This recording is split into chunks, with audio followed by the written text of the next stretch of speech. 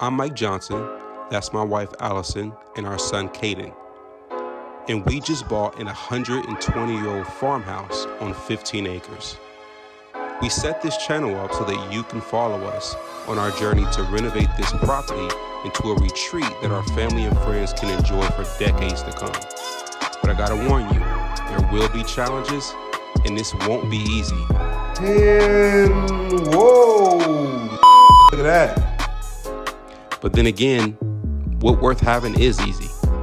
So hit the subscribe button and we'll bring you along every step of the way. Let's go.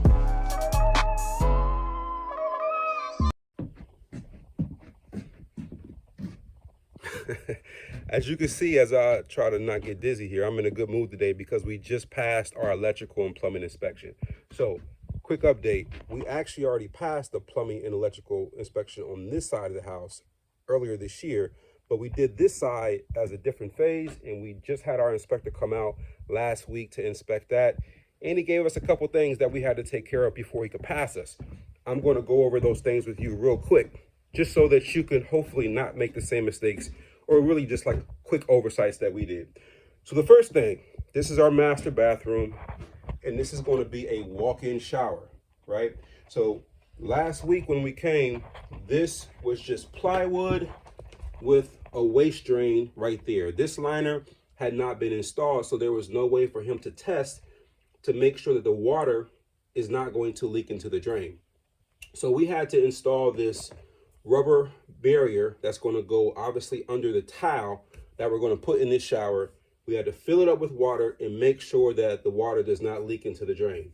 And he had to observe that. So as you can see, this has actually been installed for almost a week. Our contractor put a line about right there. Hopefully you can see that. I can't see the camera, but he put a line as to where the water started.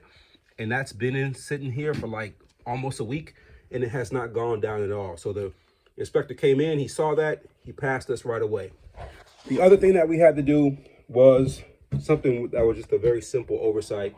If you notice this metal plate right here behind or in front of the plumbing, same down here on our base plate. Anytime you have a plumbing pipe in the framing, you want to put these metal plates here so that if for some time in the future you're drilling or nailing something to the wall, you don't drill through your pipe. Same goes for electrical. So we had a couple spots where we forgot to put the plates down. We got that taken care of. The third thing that we had to do was this liner for our shower vent. So we originally had a smaller version of this that was not insulated, which is normally okay. The problem is, and I'm going to show you this, we actually had to run this shower vent, which pulls out moisture, obviously, out of the shower. We had to run this liner all the way over here, and then if you can see, we ran it all the way. If I can get my camera right, there we go. We ran it all the way up into the ceiling. We ran it to the middle of the ceiling there, and then all the way back to the far end of the house. So code says that that liner that we originally had in can only go about 14 feet. We obviously went well beyond 14 feet, so the inspector wanted us to put in an insulated liner, which we've done.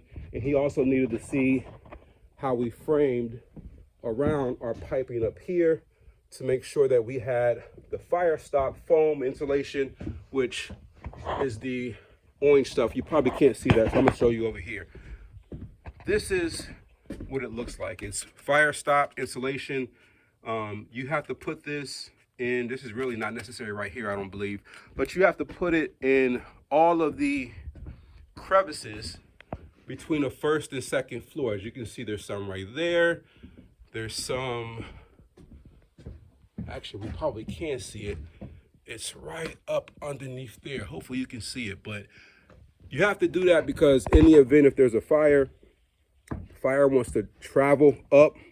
So, and it travels up the wall. So if you have that fire stop up against the gaps between the first floor and the second floor, it can slow the fire down. So that's it, guys. Inspection pass. We're good to go with drywall. Next time you see this house, hopefully all this will be ready for drywall and mud, and then finally paint. Click that subscribe